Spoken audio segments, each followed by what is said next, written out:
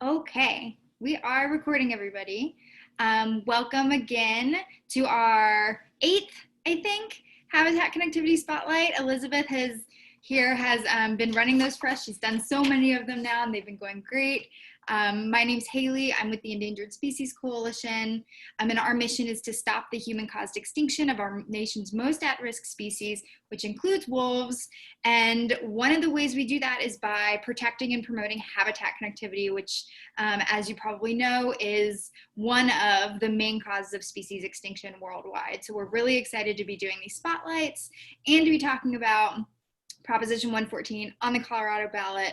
So without further ado, I'm going to pass it over to Elizabeth to get us going for the night. Great. Okay. Well, thank you, Haley. So thank you, everyone, for joining us. We are really excited to have with us tonight two experts on the subject of wolves, John Murtaugh and Andrew Gulliford. And we are the Western Slope Connectivity Project. We're a volunteer group of citizen activists. We are a little bit all over the state and always looking to have more people join us. And we're working to raise the profile, the importance, the awareness of habitat connectivity and linked landscapes here in Colorado. Tonight, our talk about wolves is possible because Colorado has 16 million or so acres of public land, 16 million acres of public land on the Western Slope. And so that is part and parcel of our mission to think about how those lands are connected. I'm going to introduce our speakers now. John Murtaugh is going to speak first. He is a representative with Defenders of Wildlife, which is a national conservation organization working to preserve and protect the nation's most imperiled species. Defenders of Wildlife has a long history advocating for the protection of wolves, having been active participants in the reintroduction of gray wolves to the Northern Rockies, Mexican gray wolves in the Southwest, and red wolves in the Southeast. John has many years of experience in wolf recovery, from advancing coexistence in the field to working to preserve the Mexican gray wolf through captive breeding and wild release. He believes the successful recovery of gray wolves throughout the Rockies depends upon critical partnerships with stakeholders, and he is passionate about supporting those partnerships. Andrew Gulliford is a professor of history and environmental studies at Fort Lewis College in Durango, Colorado, which is in La Plata County. He is also a hunter.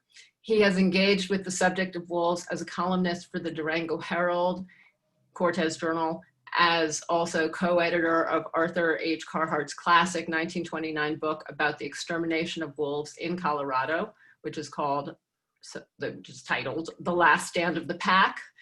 And he is also author of The Woolly West, Colorado's Hidden History of Sheepscapes, which won the 2019 National Cowboy and Western Heritage Museum Western Heritage Award for the best nonfiction book. Dr. Gulliford has won the Colorado Book Award 3 times and the Arizona New Mexico Book Award twice. He has also received the National Individual Volunteer Award from the U.S. Forest Service for Wilderness Education and received a certificate of recognition from the Secretary of Agriculture for outstanding contributions to America's natural and cultural resources. We welcome both of them tonight. We are so grateful they can spend their time with us, and we're looking forward to what they have to share about wolves in Colorado. Take it away, John. Great. All right. Well, thank you so much for the opportunity here to talk on this issue. Let me get over and get the PowerPoint started. We can roll right into it. Let's see. Nope, didn't give me the right one. Here we go. All right. So as I understand it, I'll go through the slides here, and then we'll have a little opportunity towards the end for some Q&A. So keep those questions handy. I just wanted to start by talking a little bit about where gray wolves were historically in the U.S. And just a quick little note on this map, that southeast region where you see there's no population of wolves, that's simply because that's the historic range of the red wolf. North America has only known 2 species of wolf in contemporary history. That is going to be the gray wolf and the red wolf. And you can see our distribution here. The gray wolf at one point populated around 2 million on the continent, of course, pre-colonialization. And that's not just in the US. We also know that wolves were historically well distributed throughout Colorado. This is a image that was put together by Larry Bennett, who in 1994 had been mandated by Congress, hired by Congress to look at the feasibility of Colorado as a place for wolves. And based on historic reports, he was able to demonstrate this wide distribution of wolves circa around the 1900s, turn of the century there. In the course of this report, Larry Bennett found that Colorado can carry for ecological capacity about 1,100 wolves, but a suitable range would look something like 400 to 800. So that gives you a little perspective about what we can expect Colorado's kind of upper limits of wolf carrying capacity would be here in the state. Of course, as I'm sure we're all well familiar, wolves were extirpated. They were driven out of a lot of their home range in the late 1800s and early 1900s, largely through government-sponsored anti-predator programs. As a result, the last wolf was killed in Colorado in 1945. Here we go. So you have a brief little timeline of history here, and I'll just point out a couple dates. 1945, the last wolf is killed. 73 is when the Endangered Species Act is passed. And finally, wolves have some measure of legal protection. It was only several years later, in the 1980s, that the U.S. Fish and Wildlife Service completed their Northern Rockies Wolf Plan, which initially did include a lot of looks at the Southern Rockies as well. The state commission here, which decides on wildlife management, it's a political body enacted by the governor. They took a look at reintroductions in 1982, 1989, and in 2004, but declined to participate in reintroduction. In 2016, they made a formal opposition to the reintroduction of Mexican gray wolves. And it was clear to us at that point that despite the large popularity of wolves in the West and in Colorado, this political body was not giving the wolves the opportunity to recolonize and come back to the state in true numbers. So that is why we went to the proposition. I just want to touch briefly, though, on why. Why are we so interested in wolves? And it has a lot to do with the critical ecological role that they play.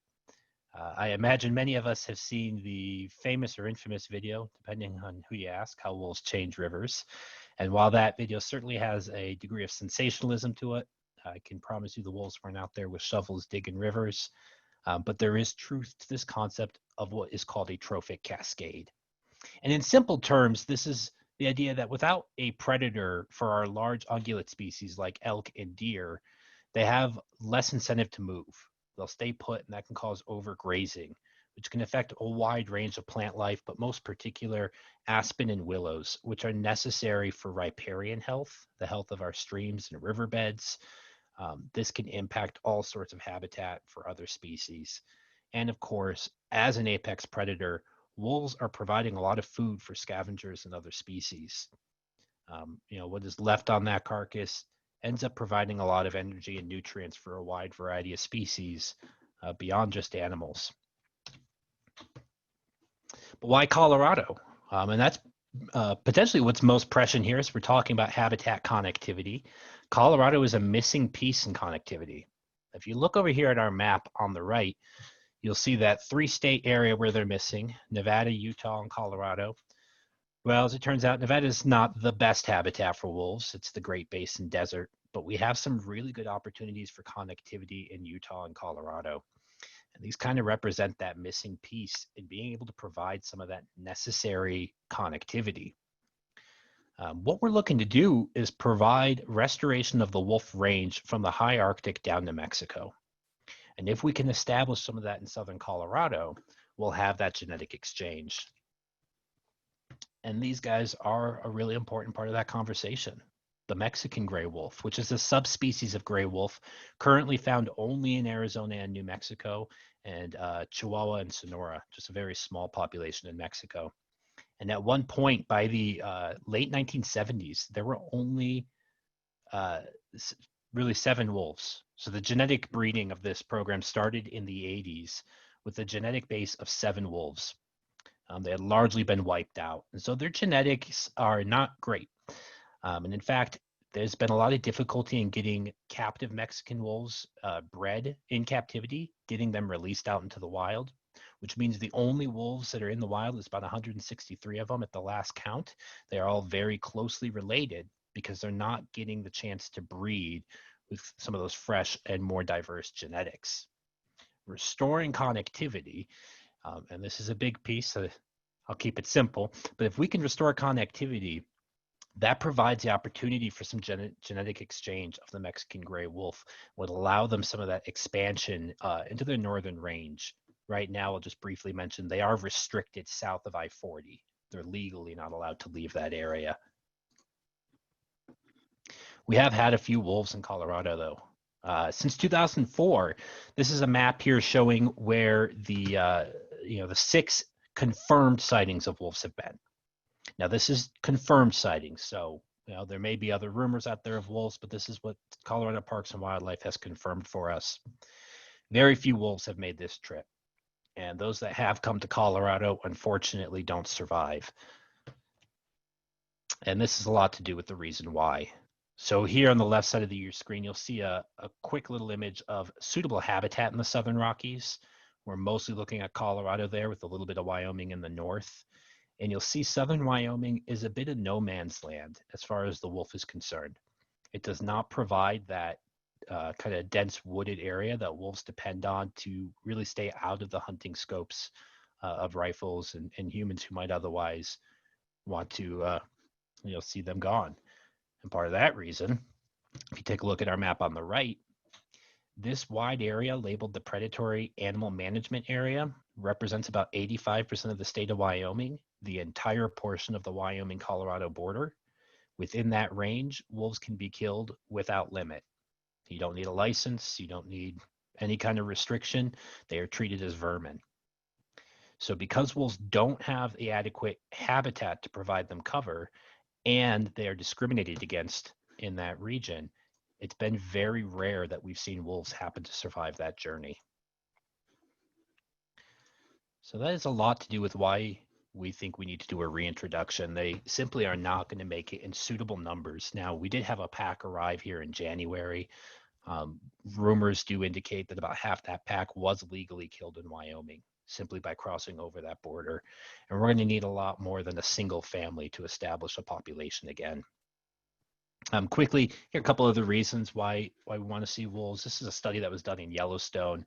And it found that the average age of elk cows killed by human hunters in the park, outside of the park, was 6.5 years, while wolves were taking animals much closer to 14 years of age.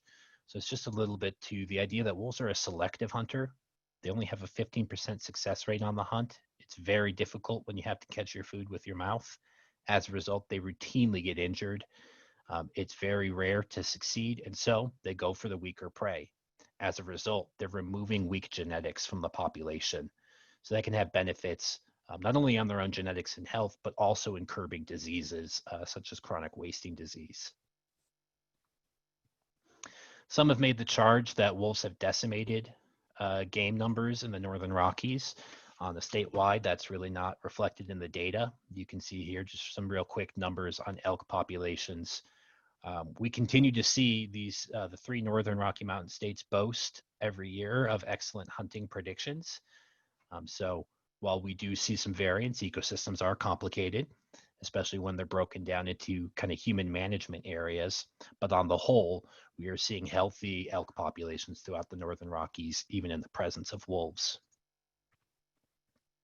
Another concern, of course, has to do with cattle. So this is just a quick snapshot at the year 2015, which is just the last year that the U.S. Fish and Wildlife Service put a report together on this. And we're looking here, each dot represents the presence of a pack. And we counted up the total cattle in all those counties that overlapped with wolves. We had 148 cattle lost that year to wolves. And that represents a loss rate of about 0.01%. Now, I don't show this to say it's not an issue. More to just put things in perspective, because when an individual ranch operator suffer several depredation incidents, that's a big deal. And that has real meaning and impact to those individuals. That is why we recognize the need for compensation and coexistence programs. That's definitely something Defender's been committed to for a long time. We paid out about $1.2 million to compensation claims in the Northern Rockies. And Proposition 114 does state that it is necessary to create a compensation plan in Colorado so that should anybody suffer financial loss due to wolves, they will be compensated.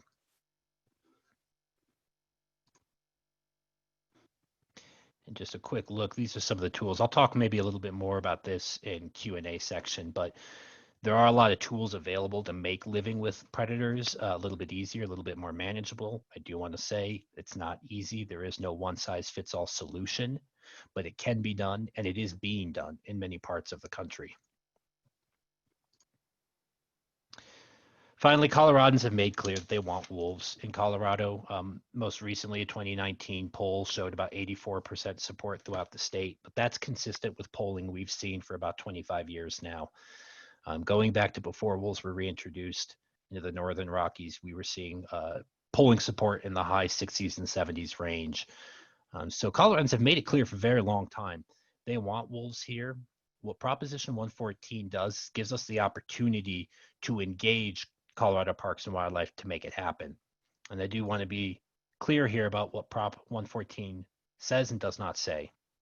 It says that wolves would be introduced on designated lands west of the Continental Divide by December 2023. But it puts basically all management decisions in the hands of Colorado Parks and Wildlife. What Prop 114 does not specify is where the wolves would come from, where they will be released, how many will be released, and at what number any kind of protection status might change or any management decisions might change. Essentially, all of that is left up to Colorado Parks and Wildlife. What Proposition 114 asks is a simple values-based question. We have the means to reintroduce the wolves. Science makes clear that this is a good place for them, and we have the knowledge on how to get it done in an effective way. We've got 25 years of data. So this is a simple question of what we want our Parks and Wildlife Agency to do. And hopefully this November, we'll approve Prop 114 and we can begin the planning stages for what that's going to look like with that broad hope of establishing connectivity. So I will circle back. I'm sure there'll be some questions, but I will leave this little intro piece right there. Great. Thank you so much, John. We will look forward to questions coming up, which we'll have at the end. And now we will turn to Andrew Gulliford. Well, happy to be here. I wanted to share a few things, see how good my camera is working. If you can read this, this is a little memorial from our wolf symposium that we had here that in Durango. Lynn Bruzy was really important in getting that together. And this is a little piece of bark that says on it, Wolf Symposium 2018, and it's got wolf hair on the end. All of you, if you don't have it yet, you need your wolf Christmas tree ornament. And you can see my wolf here in the piece of bark. And then my interest really comes from this book, The Last Stand of the Pack. And so as a hunter, as an elk hunter, as a deer hunter, Arthur Carhart was very interested in hunting. And it was fascinating going back and reading his book and then working with the University Press of Colorado to get it back in print. And we had quite a marathon trying to get the copyright cleared.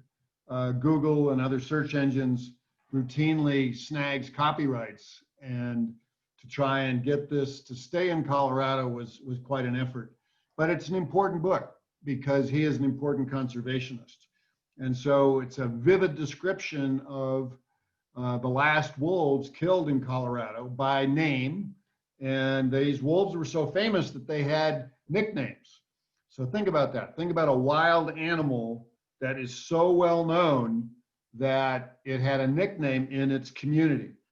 So it was the Unaweep wolf on the Uncompahgre Plateau in Unaweep Canyon, Rags the Digger in Cathedral Bluffs, Rio Blanco County, the Phantom Wolf in Ruby Canyon, north of Fruita, Colorado, Bigfoot north of Debec, Lefty, two wolves, Lefty and Gray Terror near Burns Hole in Eagle County, the Greenhorn Wolf between Pueblo and Huerfano counties, Whitey on the Apachapa River between Huerfano and Los Animas counties, and Three Toes also in the same area.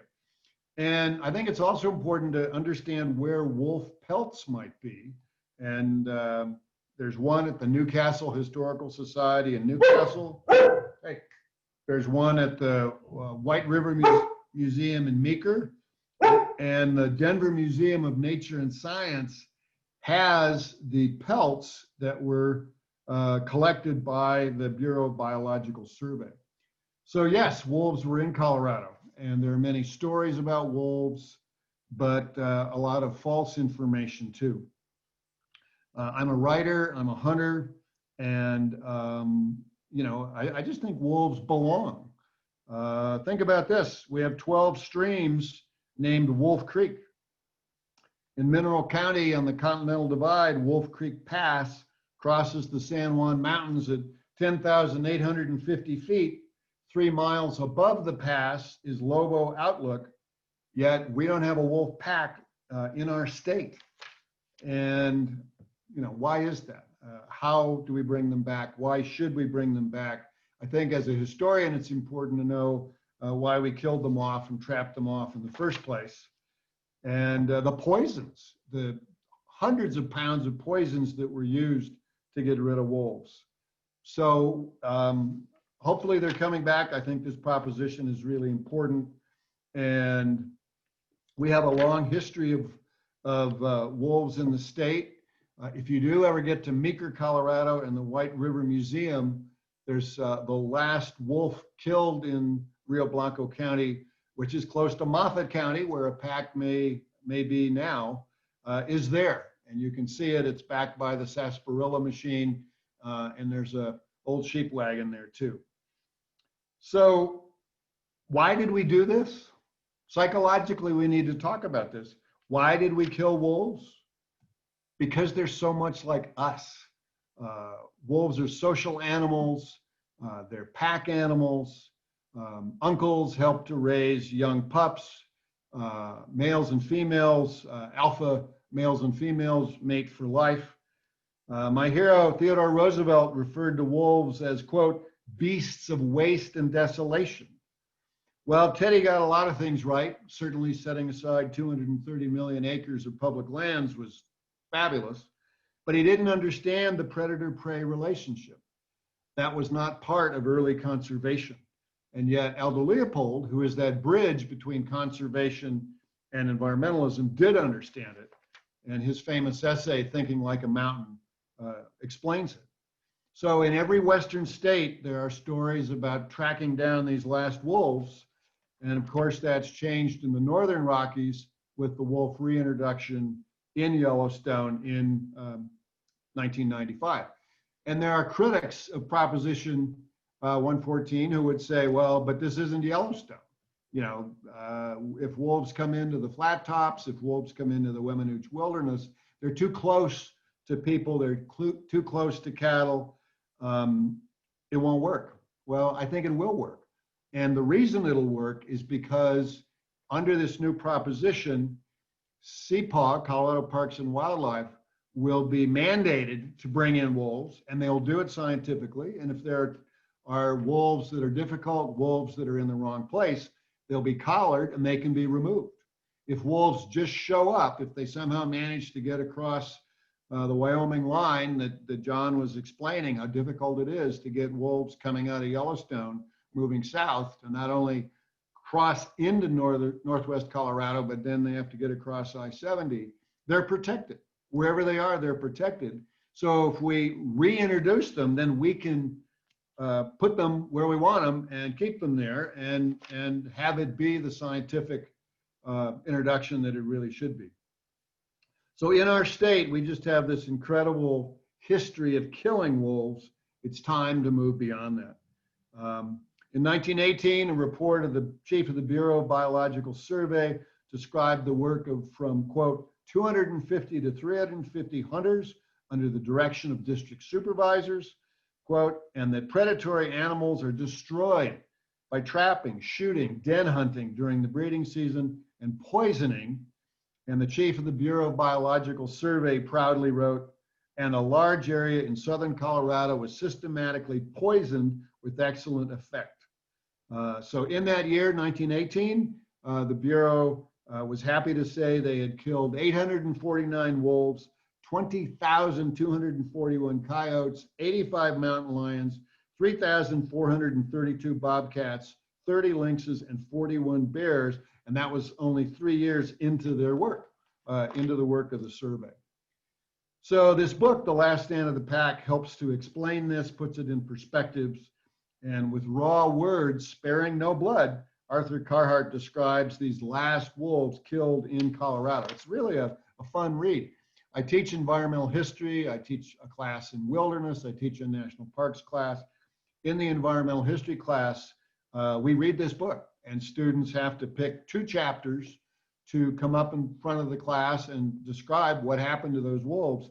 And they find it very moving. And Lynn here in Durango has also spoken in that environmental history class.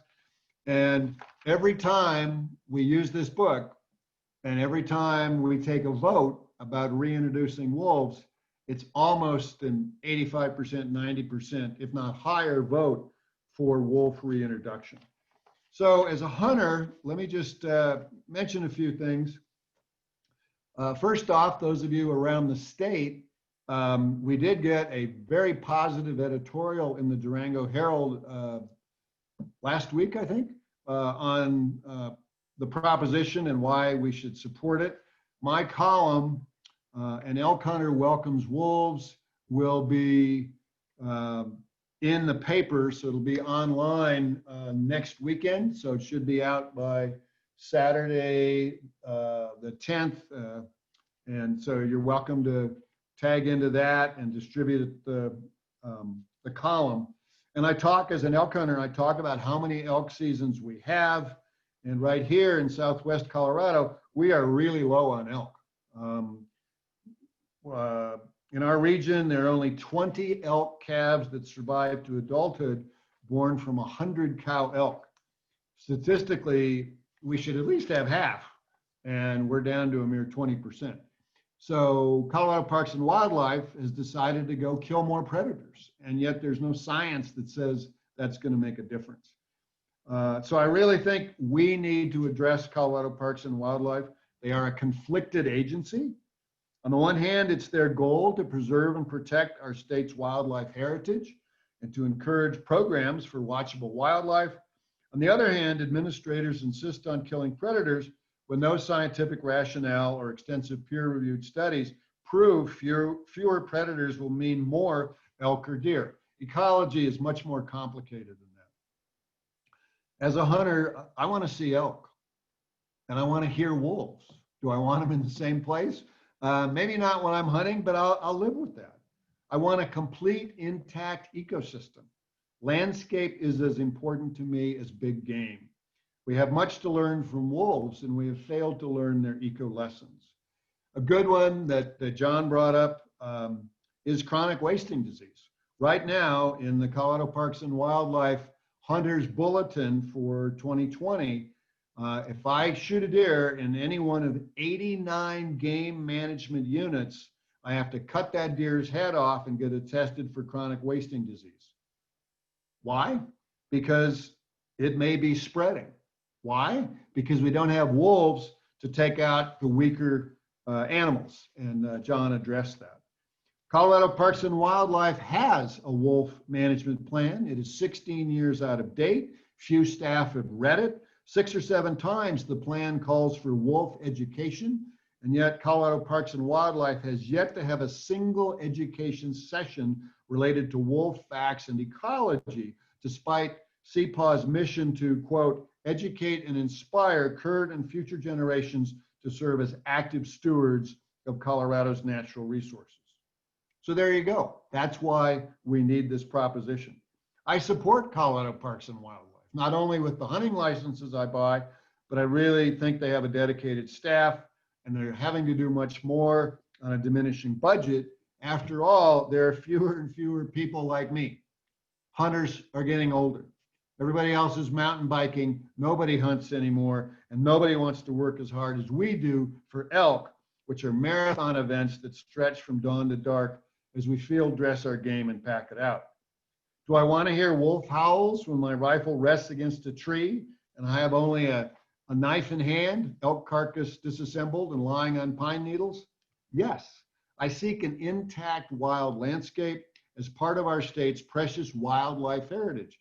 That's what we want to talk about. That's what we want to advocate. Wolves belong. They were here. They need to come back. If for a few years elk numbers remain low, I'll take that risk because I really believe wolves belong. As a historian and as a professor also of environmental studies. So I'm going to leave it at that. And I think hopefully we're going to get some good questions. And our moderator will share the questions with whomever she thinks should give the proper answer. Thank you. Okay, great. Andy, thank you so much. Both of these are really enlightening. And I think I'm especially moved by your data regarding Colorado Parks and Wildlife's lack of education initiatives and the long outdated plan related to wolves. That's pretty fascinating. So we are going to have a good 20 minutes or so for questions. Please do drop them in the chat, and I'll start us off with some questions we've already had submitted ahead of time. And both of you, or maybe each of you in turn can answer them. So the first question, I think for John then, is, John, you've already mentioned how Colorado is the missing piece, and that is the title of our talk. How can you fill us in, tell us more about the other ways that habitat connectivity is important for wolves, and any subtleties people might not even quite be catching that are obvious to you and Andy, for example? It's a great question. I mean, what makes all of this tricky is just how complicated ecosystems really are and how little we truly understand of their function. So it would be difficult to make any broad assumptions, but we know that connectivity is necessary, as I mentioned, for genetic diversity. But a lot of this really has to come down to, I think, a lot of what Andrew was saying about the impact to its prey. And we have a lot of places where our wildlife are no longer living in an ecosystem with their predators. And that has a lot to do, when we remove these predators, people might say, oh, well, we still got black bears, we still got mountain lions. Neither one of those really pursue elk. Mountain lions are good at deer, bears are good at whatever they can find, but they're not terribly good hunters themselves. And it really comes down to the wolf. In fact, the wolf tends to provide a lot of food for bears because of the carcasses they leave behind. So that's a lot to do with it. For the wolf's sake, it's the genetic exchange that's really valuable and just that opportunity to find new habitat and new mates.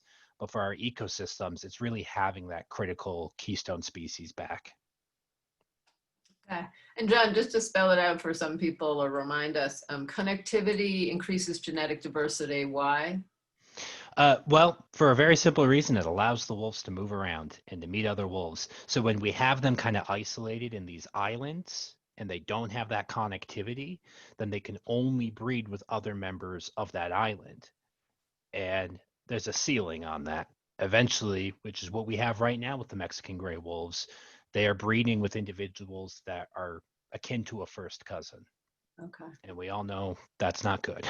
Right, that leads to species decline. Okay, all right, thank you.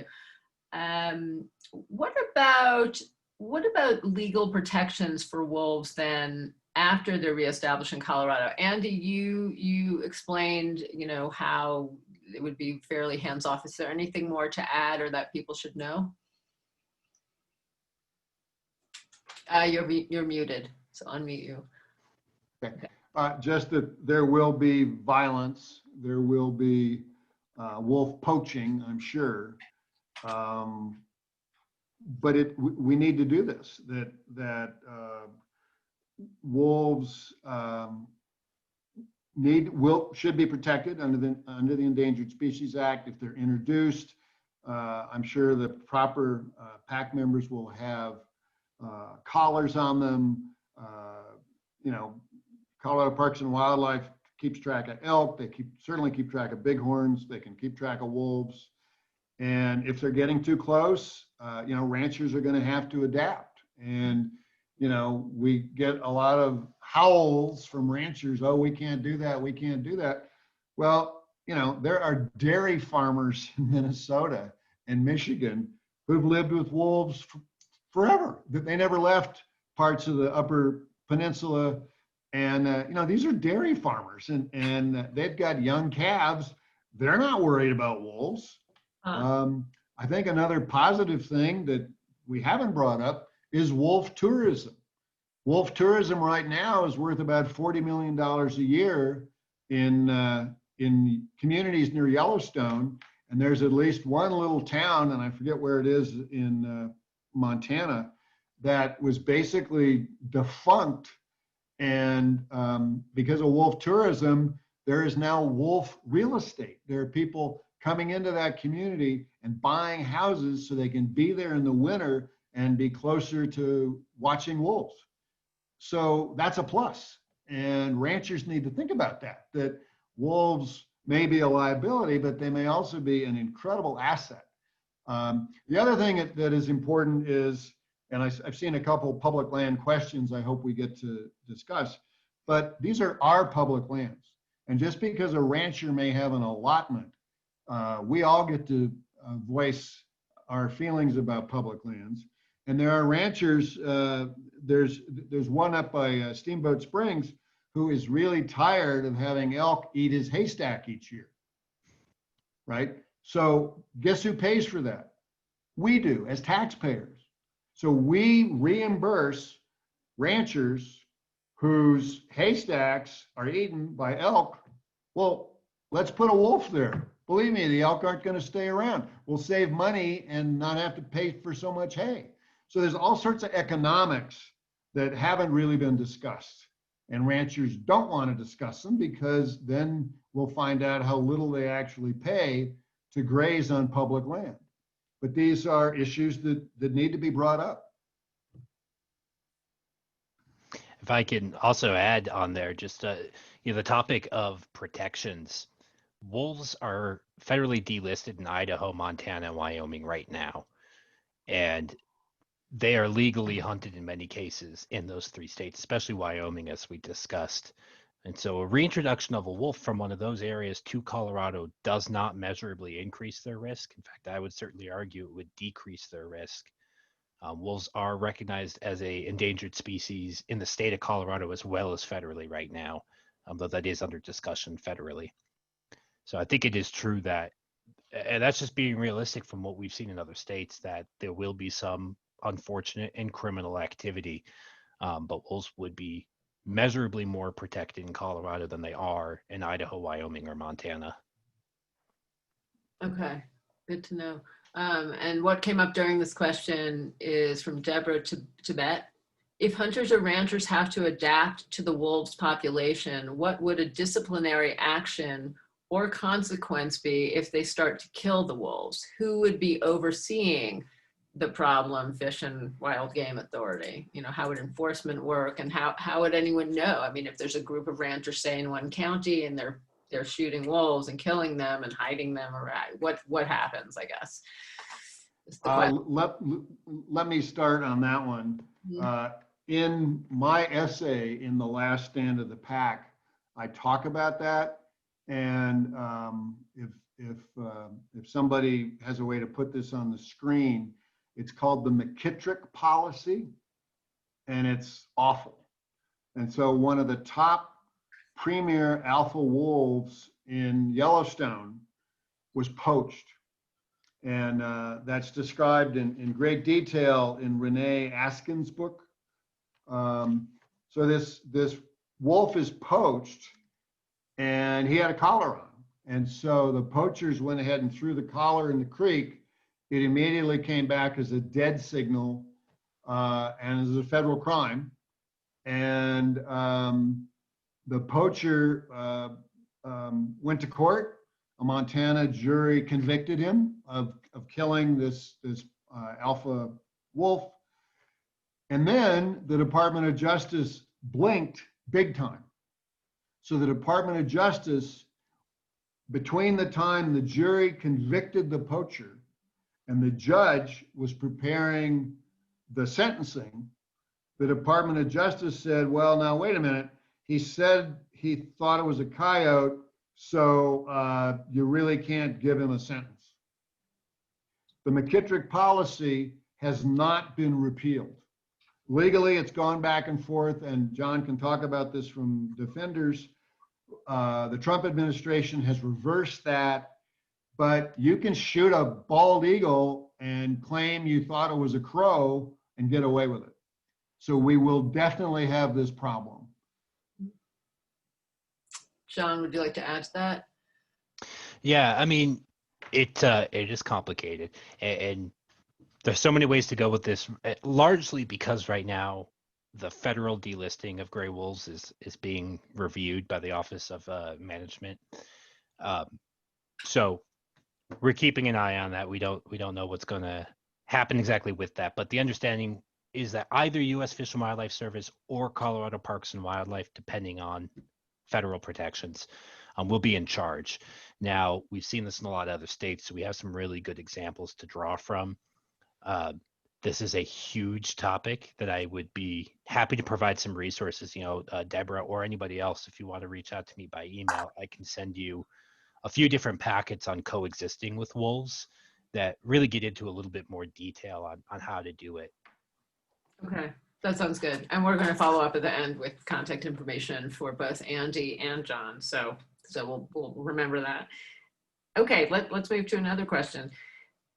The way the money will be spent on, or rather, let me start again. How is this reintroduction going to be funded?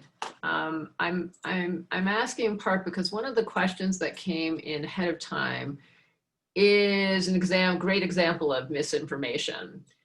The question states that the current ballot initiative says that CPW is going to pay for this reintroduction by increasing hunting licenses, the fees for hunting licenses, and asking about the problems this will lead to. So there is this misinformation floating around about how hunting licenses, the fees for them are going to be raised and so forth. So could you both, or well, John, why don't you explain how this is going to be funded, or where this money is coming from? Yeah. I mean, it's a great question, and with COVID, with everything else going on in the budget, this has been a concern that's been raised. But there would be no increase really on any front for this. This is looking at funding and appropriations that already exist for Colorado Parks and Wildlife. In fact, a really good example of how this can be done can be the 1999 Canada lynx reintroduction that the agency conducted. Here's the good news. Yes, we do talk in the ballot. It does mention the Game Cash Fund, which is primarily taken both from Pittman and Robinson taxes as well as from hunting and license fees. However, in Colorado, we've got a great program called Great Outdoors Colorado, and it's our lottery system. And Great Outdoors Colorado appropriates $17 million to CPW every year. The high end of estimates on this are saying it'll cost around $1 million a year. And that sounds like a lot of money to you or me. Turns out, though, that is 0.5% of CPW's annual budget. So it's well within their means. Now, yes, this does mean priorities may shift, but it will not require an increase in tax or an increase in hunting tags and license sales or anything like that. Okay. And even in the middle of all the pandemic budget reappropriations, budget cuts, where do you think that will still be the case? Absolutely. I mean, and in fact, if wolves remain federally listed, well, the Endangered Species Act in Section 6 talks about how you'll get a federal match grant at 75% of the costs. So if they remain federally listed, and we've been assured that this will remain the case if they remain listed, Colorado would be eligible to receive 75% of that cost covered under the ESA. Okay. And I'd like to add just a little idea. I'm on the board for the Mesa Verde Foundation.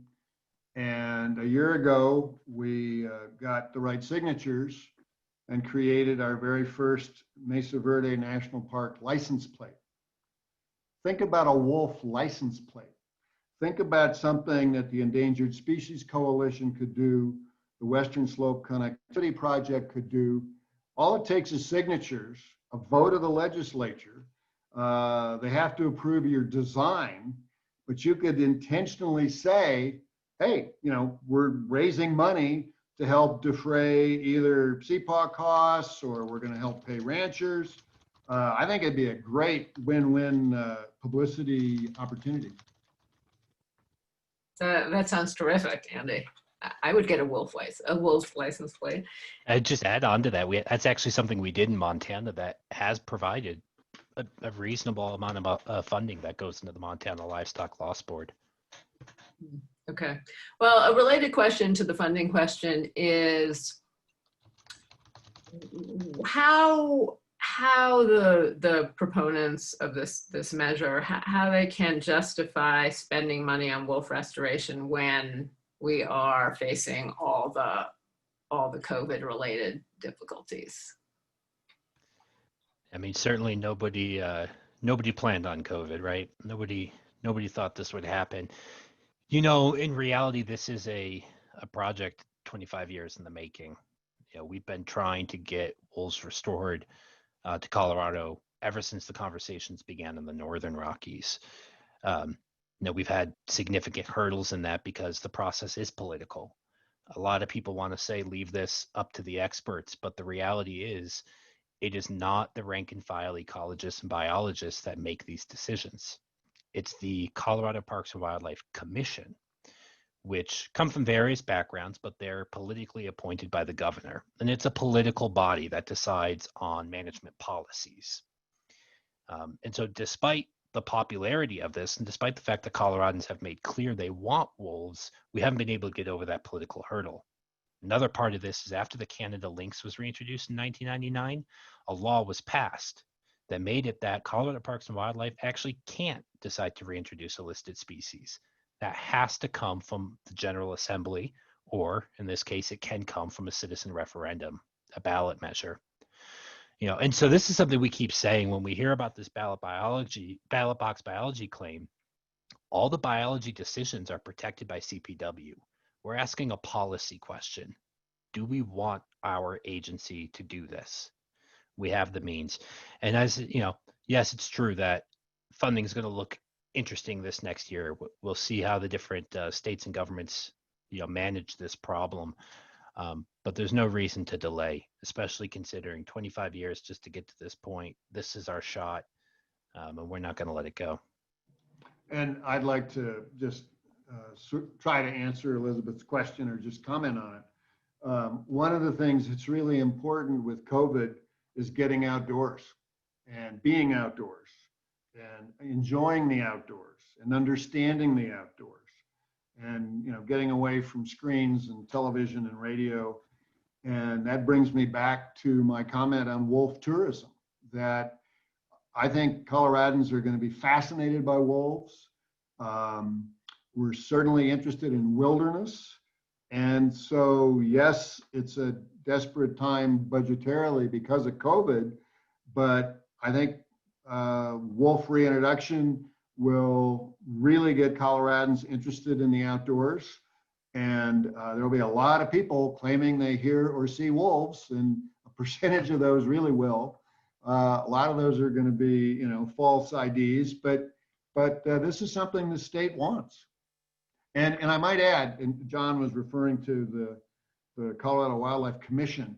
It is very difficult to participate on that commission because they don't meet except in the middle of the week. So those of us who work for a living, we can't take the time off. I mean, we'd have to lose a whole week's worth of work. They don't meet on a Friday. They meet in the middle of the week. So Another thing that other environmental groups across the country are doing is looking at charters for wildlife commissions and trying to figure out how to break this stranglehold. We have never had a biologist on the Colorado Parks and Wildlife Commission. Yeah, we could change the world if we could change these wildlife commissions. They block and are the arbiters on so many of these decisions, and it's true. There's no requirement whatsoever to have any kind of scientific credential to sit on those councils. So, Haley. Yeah, I wanted to pop in. Thanks, Elizabeth, to speak on the, why is this important even in a time of COVID? And I think, and again, Haley here with the Endangered Species Coalition. I wanted to share that, we're in a biodiversity crisis that's on par with the climate crisis and the environmental justice crisis. And wolves offer a huge part of that biodiversity. Like John was saying earlier, wolves provide carrion and shelter and a number of other things to hundreds of other species. So not only are wolves an important piece of the biodiversity puzzle, but they keep all these other wildlife and important biodiversity healthy. And even the UN considers biodiversity a basic human right. It keeps our ecosystems healthy.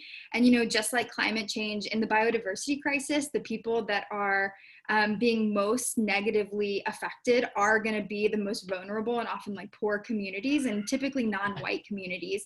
And so I'm seeing this as not only I'm seeing this as a justice issue in addition. And COVID, one of the main causes, it has been unnatural. One of the main causes of COVID as a pandemic has been wildlife intermingling unnaturally and actually like habitat fragmentation, which has lowered the resiliency of our ecosystems, which makes disease more prevalent and more easy to spread to humans. And so with higher biodiversity, with more habitat connectivity, we decrease diseases, just like chronic wasting disease like came up with earlier. So I'm seeing this, there's a lot of important issues right now, and I'm seeing this is still very important even in the time of COVID.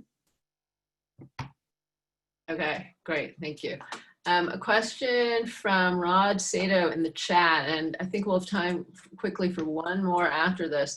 Rod says that he's read the report on wolves recently published by Colorado State University, and he's directed voters to read that report and its frequently asked questions. John's opinion of his content, I believe he's expressed, oh, maybe just me, is that this is a good report. Andy, do you have any thoughts on that report? Or John, do you have anything more to add about that? Yes, I agree. It's a good report. And there are also biologists who are on the staff with Colorado Parks and Wildlife who also do great science, but their reports don't get out to the public. And so one of the other issues is kind of lifting the veil for them and making it more user-friendly for all of us. We pay their salaries. What research have they done? What do they want to do? How can we help them? So let's hope that this proposition passes. And then we all really need to go to our Division of Wildlife offices and make new friends. John, anything to add for that? Yeah, I mean, it's a great resource, and it's peer reviewed and it's well sourced. It's what we mean by science. So, I've had people be critical of those reports to me, and I just say, well, it's sourced. So why don't you go ahead and let me know which source it is that you disagree with? And that's the benefit here. This has been looked at, and another thing I just want to point out, put on your radar, because this is a new effort that we're seeing out of the, what do they call it? The human carnivore coexistence out of CSU. They're starting to look at this issue a little bit more. We've got some good folks at CSU. We have Becky Nemec and Stuart Brecht who are taking a look at a lot of these human wildlife conflict issues, because that's ultimately, when we get into this wolf story, I always say this, somehow wolves have to carry everyone's baggage but their own. We never allow wolves to simply be wolves. They've got to be whatever they mean to us. And that tends to really come down to the human conflict and the human values.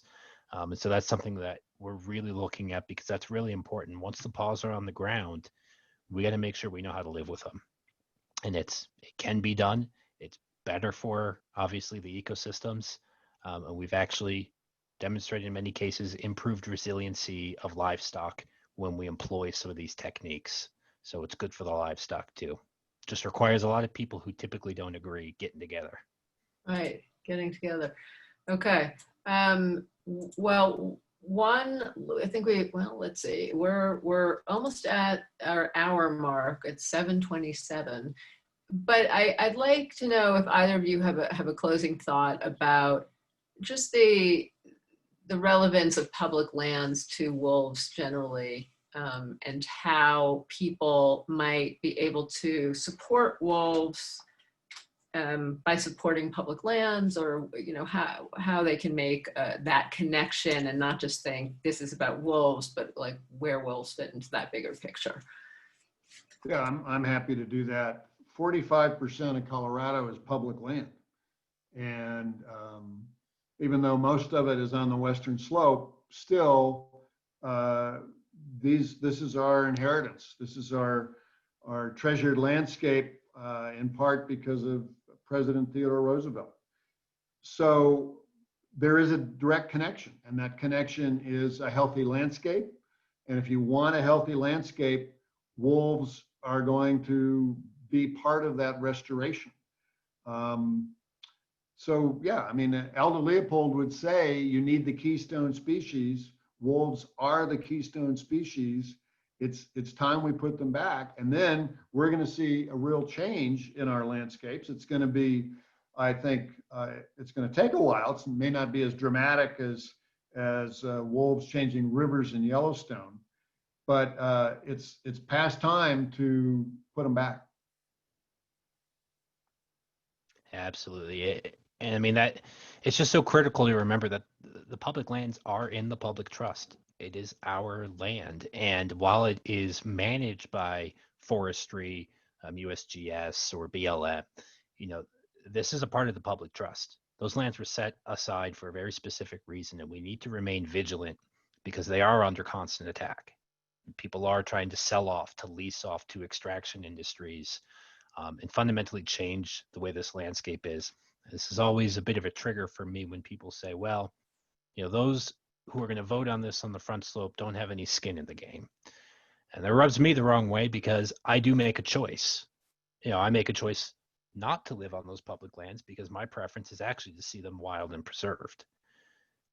So I think that's an important thing to remember. Now, I would also say this is a values discussion. Wolves are polarizing. It's just the way it is. Try not to lose any friends, and just stay positive and remember that it's really about the ecosystem. It's about creating that connectivity and creating that biodiversity. The wolf really just gets stuck in the middle of all this. Yes. Okay. And so I think it's really helpful for people to hear that this is a values-based question. We're really just asking one question, and then we'll take it from there. We're going to have to wrap up now, and I just want to remind people that the ballot measure, this is the ballot, I'm not sure if that's showing on my screen, but this is the ballot measure. It's 114. The Endangered Species Coalition and the Western Slope Connectivity Project are urging you to vote yes. And if you have some questions because you're still on the fence, or some friends who are still on the fence, Andy Gulliford and John Murtaugh both are generously going to provide their contact information. We're going to send that in our follow-up email to registrants. And I'd like to say, just personally, I have moved to Colorado from the West Coast, and Andy's class on the National Park Service is what brought wolves to my attention and really helped change my life. So it can happen. It can do that. Thanks so much again, everyone. Have a great night, and we'll see you in our next spotlight, perhaps. Thank you, Andy and John. Thank you. Thank you. Thank you. Okay. Good night, everyone. Good night, Allie.